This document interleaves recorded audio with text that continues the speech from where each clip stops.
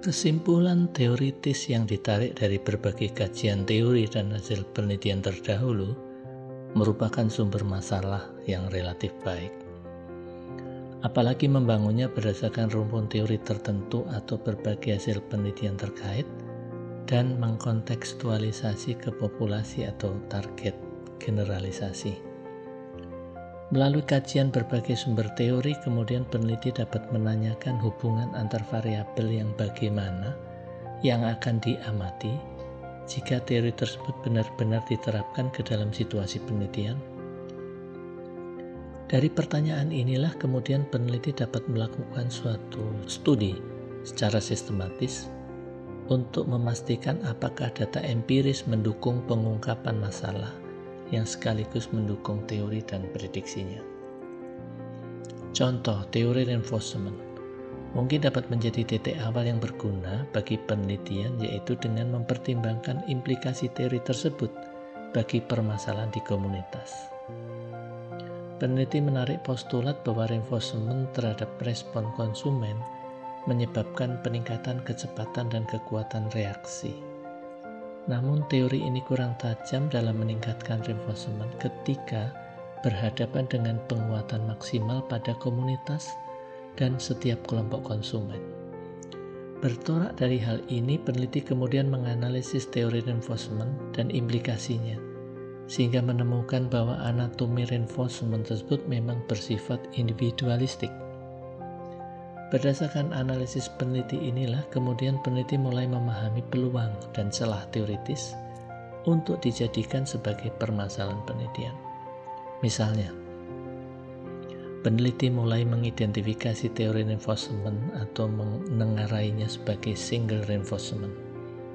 Pada akhirnya dengan celah yang ditemukan tersebut, kemudian peneliti melakukan lompatan berpikir dengan mengangkat grup reinforcement sebagai langkah penguatan per anggota di dalam komunitas tertentu. Contoh lagi, penelitian Kipnis misalnya memaknai teori Festinger tentang proses perbandingan sosial. Dalam penelitian tersebut, Kipnis mengkaji hubungan persepsi dengan proses berubahnya konsep diri. Teori Festinger mengatakan bahwa penilaian diri dibentuk dengan membandingkan dirinya dengan orang lain. Yang dimaksud orang lain dalam penelitian tersebut adalah orang yang diidolakan, orang terkenal yang digandrungi, sehingga menyangka dirinya seperti itu. Hipotesis yang ditarik dari teori tersebut menyatakan bahwa perubahan-perubahan yang diharapkan terjadi pada konsep diri adalah linear dengan persepsinya. Pendekatan terhadap masalah penelitian seperti di atas akan menimbulkan kemudahan dalam penelitian karena semua didasarkan pada teori umum yang sama.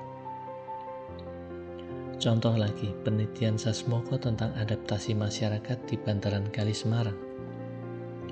Upaya normalisasi kali dilakukan dengan mengubah kultur masyarakat bantaran kali dalam memanfaatkan kali. Yang semula menganggap kali sebagai tempat pembuangan limbah menjadi tempat yang indah dan asri. Salah satu intervensi atau treatment adalah membangun sabuk jalan di kedua sisi kali berupa inspection road. Keberadaan inspection road merupakan media untuk mencabut akar budaya masyarakat setempat. Dengan demikian, sifat inspection road adalah sebagai culture intervention. Istilah ini banyak dipakai para ilmuwan, namun istilah-istilah tersebut pada intinya sama, yaitu intervensi atau treatment. Ketika intervensi tersebut telah diselesaikan, maka terjadi culture shock. Antara lain, rumah lama bagian belakang dipaksa menjadi bagian depan karena adanya inspection road. Sementara itu bagian depan rumah dipaksa berfungsi menjadi bagian belakang rumah karena ukuran inspection road lebih lebar dibanding yang lama. Dari sinilah muncul persoalan. Jika penduduk merespon dan menerima dengan baik adanya inspection road, maka penduduk segera menata ulang layout rumah dan menyesuaikannya dengan keberadaan inspection road. Jika peneliti menetapkan target perubahan dari aspek fisik, maka konsep teoritis yang melandasinya lebih relevan memakai pendekatan teori adaptasi, misalnya teori Lazarus. Jika yang diharapkan dari aspek mental, pendekatan yang relevan adalah melalui konsep adaptasi mental yang oleh Elizabeth Harlock disebut dengan mental adjustment atau ke arah teori self-adequate. Akhirnya, fokus permasalahan penelitian yang layak diambil adalah adaptasi masyarakat di bantaran Kali Semarang.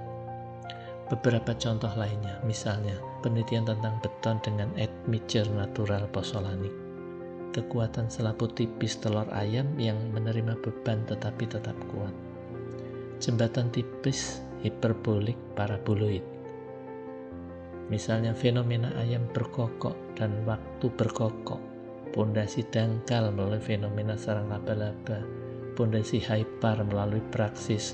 Kekuatan itu dapat diwujudkan jika beban yang dipikul dialihkan ke dalam unsur tarik dan tekan sebagai pengganti menahan tekanan, dan lain-lain.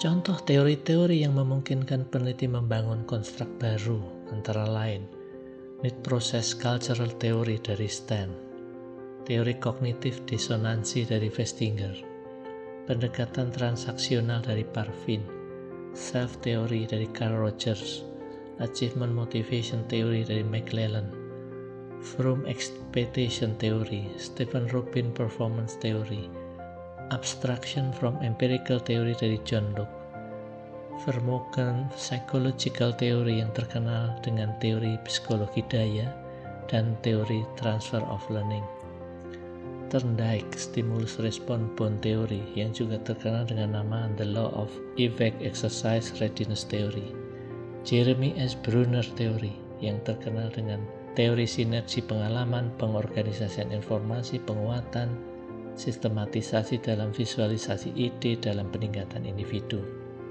misalnya spiral Brunner theory, backward forward readiness theory yang lebih terkenal dengan teori input process output dari Brunner, Kohler theory, Robert Gagne theory yang dikenal dengan attention theory, Dean's theory.